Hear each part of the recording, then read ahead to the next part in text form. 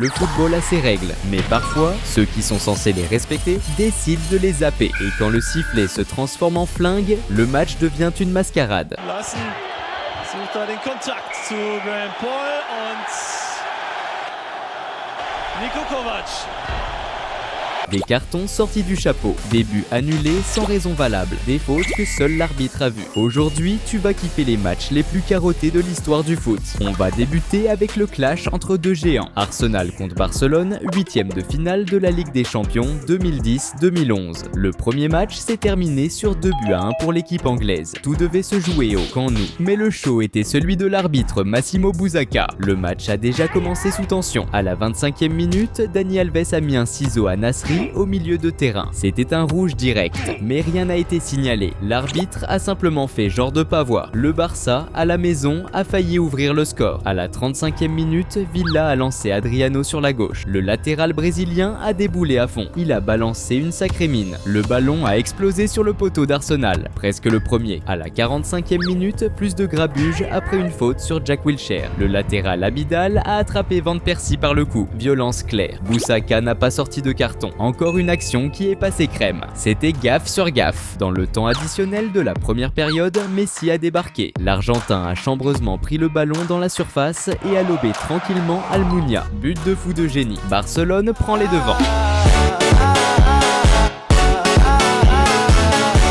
Dès le début de la seconde mi-temps, vers la 53e minute, Arsenal a égalise. Un but contre son camp de Sergio Busquets sur un corner. Le score cumulé était de 3-2 pour les Anglais. Le match semblait équilibré. Mais à la 56e minute, il y a eu une action qui a tout changé. Van Persie a été lancé en profondeur. Il a contrôlé le ballon en position de hors-jeu. Il a tiré. Busacca a sifflé. Deuxième jaune. Expulsion. Encore une décision à l'arrache. Cuidado, peligrosísimo el balón fuera de juego, está anulada.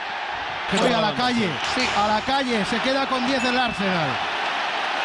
Vaya chiquillada de Van Persie, y yo no sé si el árbitro también. Regarde bien, juste avant le coup de sifflet, Van Persie armait déjà sa frappe. Arsenal se retrouvait à un joueur de moins. Avec un joueur en plus, le Barça est monté à bloc. Et à la 66e minute, ils ont failli marquer encore un. Messi a lancé Villa, tête à tête avec Almunia. Le gardien est bien sorti. Arrêt spectaculaire, 2 minutes après. Le goal d'Arsenal n'a rien pu faire. Une passe en profondeur stylée. Xavi a reçu seul face au but. Il a fini dans le coin. Le deuxième pour le Barça. Juste après, penalty pour Barcelone. Messi a transformé avec classe. Troisième but. Élimination d'Arsenal. Un match contesté. Des décisions d'arbitrage qui ont marqué l'histoire. Barcelone a avancé et Arsenal est resté sur le carreau, lésé. La prochaine rencontre aurait dû être un match de ouf. Stade de Tottenham, Premier League 2023-2024.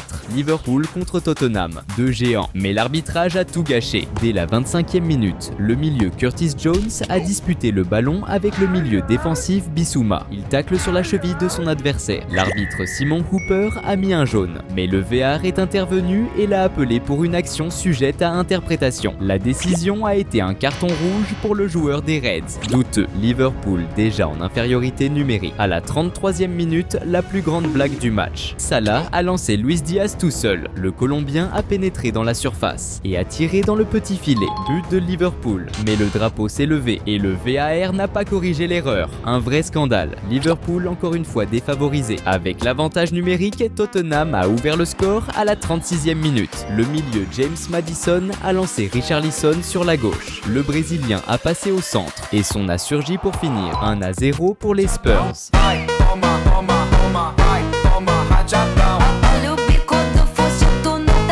La première mi-temps touchait à sa fin, Liverpool n'a pas lâché. Zosbolai a centré de la droite, Van Dijk a dévié de la tête, Gakpo a contrôlé, s'est retourné et a tiré pour secouer les filets. But de l'égalisation. Liverpool a remis les compteurs à 0. À la 68e minute, plus de polémique, Diogo Jota a commis une faute sur le latéral Udogie. Deuxième jaune, expulsé.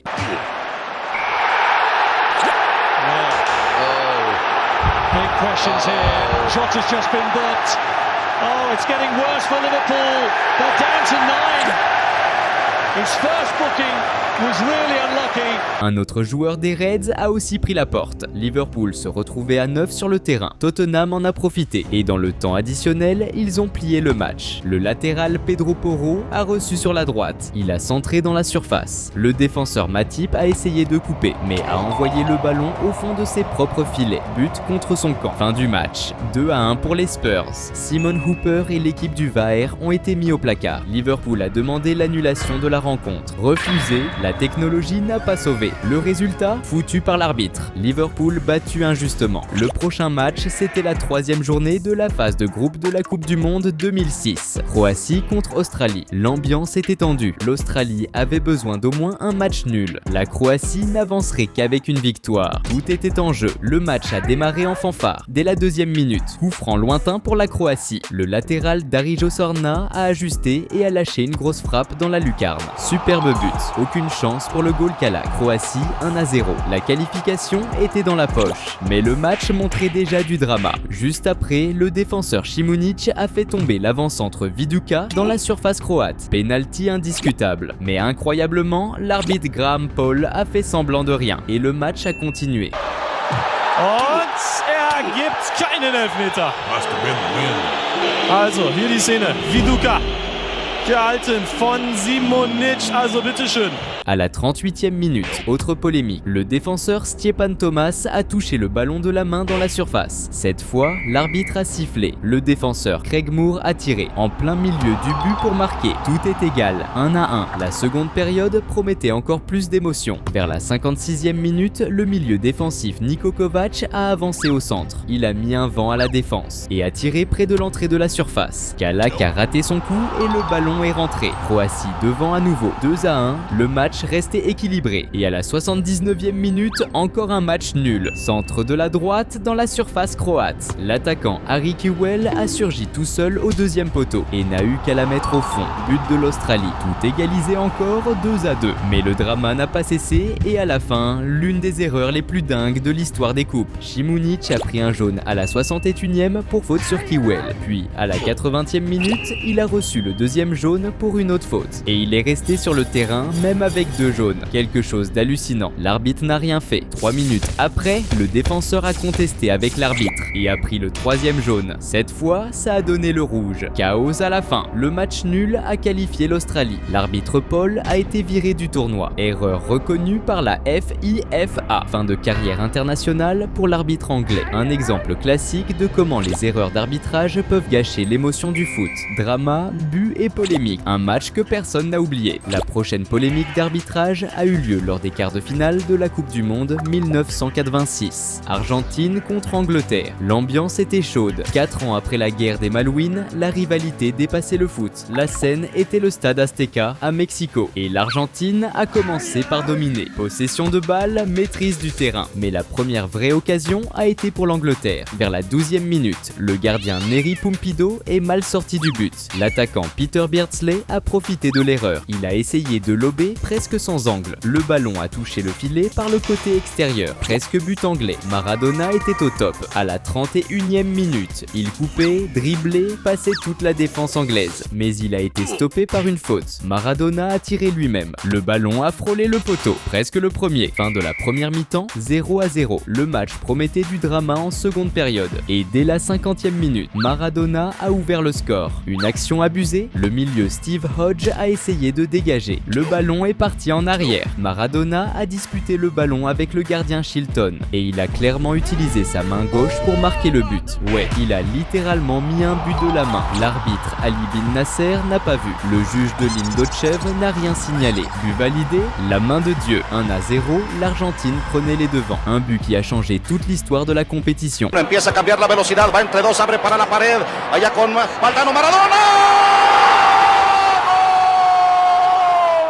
5 minutes après un spectacle, Maradona a reçu le ballon avant le milieu de terrain. Il a dribblé toute l'équipe anglaise. Il a entré dans la surface. Il a fini à la perfection. But historique. Argentine 2-0. Le reste du match a été sous la pression de l'Angleterre. Mais la réponse anglaise n'est venue qu'à la 80e minute. L'ailier John Barnes a centré de la gauche. L'attaquant Gary Lineker a sauté dans la petite surface et a marqué de la tête pour réduire l'écart. 2-1. Dans la minute suivante, l'Argentine a failli augmenter remonter le score. Maradona a trouvé Carlos Tapia sur la gauche. Le milieu a coupé au centre et a tiré dans le petit filet. Le ballon a frappé le poteau. Le résultat était déjà scellé. L'Argentine a avancé. Elle est allée en demi-finale et a même gagné le titre. Mais jusqu'à aujourd'hui, ce match est mémorable. Le but de la main de Dieu, la génialité et la polémique. La vengeance argentine pour le passé de la guerre. Histoire et foot liés pour toujours. Et quand un arbitre ne pourrit pas qu'un seul match, mais plusieurs. C'est ce qui s'est passé en Allemagne en 2005. Le foot du pays a été secoué. L'affaire a été connue sous le nom de Heuser Affair, l'un des plus grands scandales du pays depuis les années 70. Le protagoniste était Robert Heuser, 25 ans, arbitre. Il a reçu des pots de vin. Il a été impliqué dans des paris illégaux. Il a gagné une télé-écran plat, des avantages supplémentaires. Il a arrangé des matchs. Il a essayé d'influencer au moins 4 matchs. Impact immédiat sur 3 compétitions. Regionalliga, 2e division et Coupe d'Allemagne. Crédibilité anéantie. Le pays vivait dans l'attente de la Coupe du Monde 2006. Lors du premier tour de la Coupe d'Allemagne, Paderborn contre Hambourg. Heuser voulait la victoire de l'outsider. 2 pénaltys pour Paderborn. Et il a même viré l'attaquant M. Penza de Hambourg pour contestation. En 2e division, LR Allen contre SV Wacker Burghausen. Heuser a sifflé un pénalty litigieux accordé à Allen qui a donné la victoire à l'équipe. Score modifié, pari favorisé. Pour la Bundesliga 2, SPVGG, Unterhaching contre un premier FC Saarbrücken. Également, Heuser a donné un autre pénalty polémique à Unterhaching. Mais le tir n'est pas rentré. Résultat non changé. La tentative d'égalisation a échoué. Heuser a avoué. Il a coopéré aux enquêtes. Autres arbitres et joueurs impliqués. Conséquence, bannissement à vie du foot. 2 ans et 5 mois de prison. Peine similaire pour les autres impliqués. La Fédération allemande de football a réagi. Réforme profonde. Surveillance stricte des arbitres. Mise en place de l'utilisation de la vidéo dans les matchs. Le scandale a marqué l'histoire. Corruption, paris et manipulation mise à jour. Le foot allemand ne serait plus jamais le même. Et si tu as regardé jusqu'ici, lâche un pouce bleu. Abonne-toi aussi à la chaîne pour voir l'autre partie de cette série qu'on est en train de faire. Mon blaze c'est Christian Castro et je te dis à la prochaine vidéo.